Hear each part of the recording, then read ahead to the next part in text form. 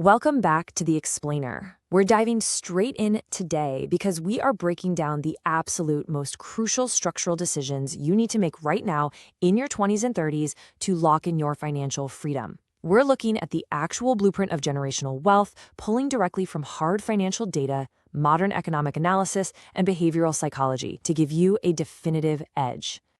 Okay, let's kick things off with a totally mind-bending mathematical reality that goes against pretty much everything we've ever been taught about retirement.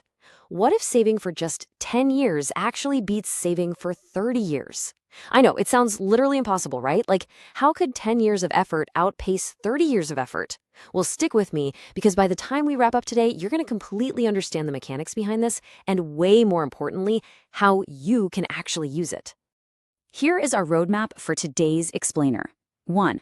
The affordability trap. 2. The cost of mistakes. 3. The math of compounding. 4. Wealth architecture.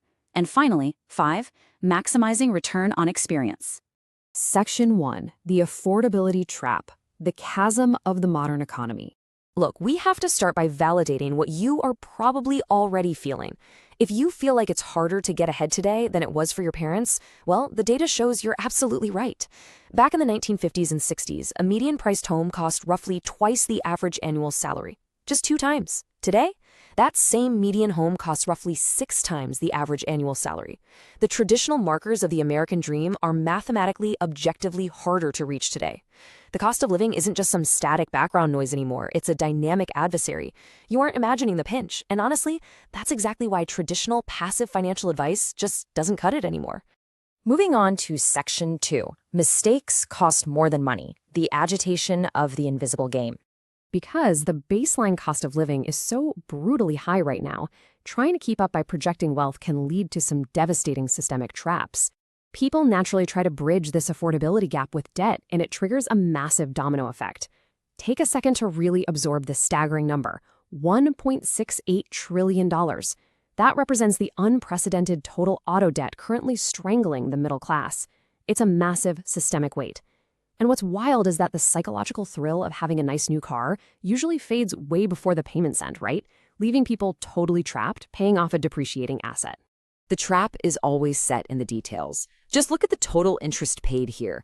Middle-class buyers are constantly lured into these extended 7-year car loans just so they can swallow the monthly payment.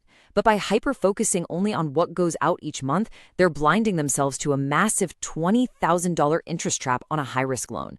Compare that to maybe $5,000 on a standard loan. That is a $15,000 loss. That's $15,000 that could have been invested in your future, completely wiped out by an invisible interest penalty. And those early credit mistakes, they carry hidden long-term penalties. Let's say your credit score is in the fair to poor range because of early debt struggles. A standard $300,000 mortgage could cost you over $484,000 in interest alone. But if your score is exceptional, you're paying about $392,000. That is a staggering $92,000 difference. That delta translates to over $250 a month extra. It's pure drain, offering literally zero counterbalancing benefit to your life. Section 3. The math of compounding, your magic weapon.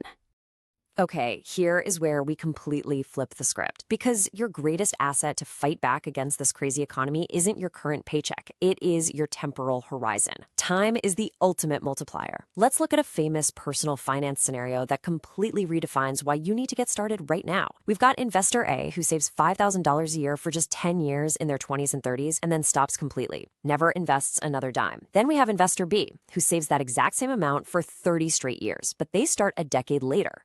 The math on this is just undeniable. Starting at age 20 generates double the final payout compared to starting at 30, and it requires significantly less effort. If you start at 20, you put in $225,000 total and walk away with over $1.5 million. Start at 30, you put in $175,000, and you only get $750,000. The literal cost of waiting a single decade is essentially having your life's wealth. And the logic behind this explosion of wealth is actually beautifully simple. It's called the Rule of 72. You just divide 72 by your expected annual return rate, and boom, you get the years it takes your money to double. At a conservative 7% return, your money doubles roughly every 10 years. This means dollars you invest in your 20s have the time to mathematically double 4 times, making them 8 times more powerful than those invested in your 50s, which might only have time to double once. All right, Section 4, Architecting Your Wealth, the Tactical Solution. So, now that you understand the stakes and the math, let's actually architect a tactical system to keep you out of those debt traps and firmly in the compounding zone. The absolutely crucial point here is that a budget isn't meant to be restrictive, it's a tool for agency. Implementing the classic 50-30-20 framework ensures your money actually reflects your priorities. You put 50% toward your absolute needs, like housing and groceries, 30% goes to your wants, so you can, actually enjoy life, and a non-negotiable 20% is dedicated strictly to savings and debt repayment. This structure is what prevents lifestyle creep from quietly stealing your future when you finally start making a better salary. So what exactly do you do with that 20% savings bucket? This is your exact operational playbook. Step 1, maximize your employer 401k match. Listen to me, this is literally free money. If you ignore it, you are actively taking a pay cut.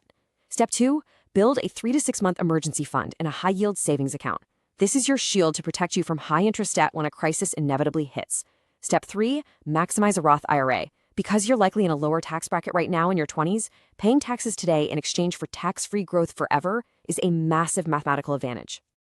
Oh, and we absolutely cannot ignore the health savings account, or HSA. Honestly, this is arguably the single most powerful wealth-building tool available, all thanks to a totally unique triple tax advantage. Your contributions are pre-tax, the growth is tax-free, and medical withdrawals are tax-free. It's a unicorn. And as a bonus, after age 65, you can withdraw unspent funds for literally any purpose, and it functions exactly like a traditional retirement account. It's an incredibly versatile tool. Finally, Section 5, Maximizing Return on Experience, the Elevation. Okay, let's completely shift gears for a second.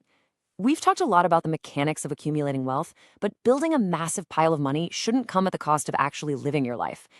Consider this philosophy from Bill Perkins, the author of Die with Zero. He says, the real goal is to maximize life experiences while you're healthy and able to enjoy them. This whole idea completely challenges the traditional, deeply ingrained habit we have of hoarding wealth forever. It's a vital reminder to avoid the tragedy of underliving. Having all the money in the world at age 85, but lacking the health or energy to actually use it. And this brings us to a concept I am absolutely obsessed with, the memory dividend. When you use that 30% wants budget we talked about earlier to intentionally invest in rich experiences early in life, you generate a lifelong emotional return. Think about it. A trip taken at age 25 yields 50 years of joy and nostalgia. That is a massive memory dividend. That exact same trip taken at 75 has a much, much shorter lifespan for you to enjoy. You literally get less emotional bang for your buck.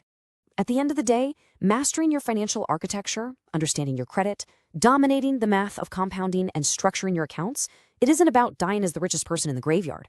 It's about buying the freedom to live a life defined by your own intentions, right now and in the future. Use your money as the fuel, not the finish line. So I want to leave you with this to think about.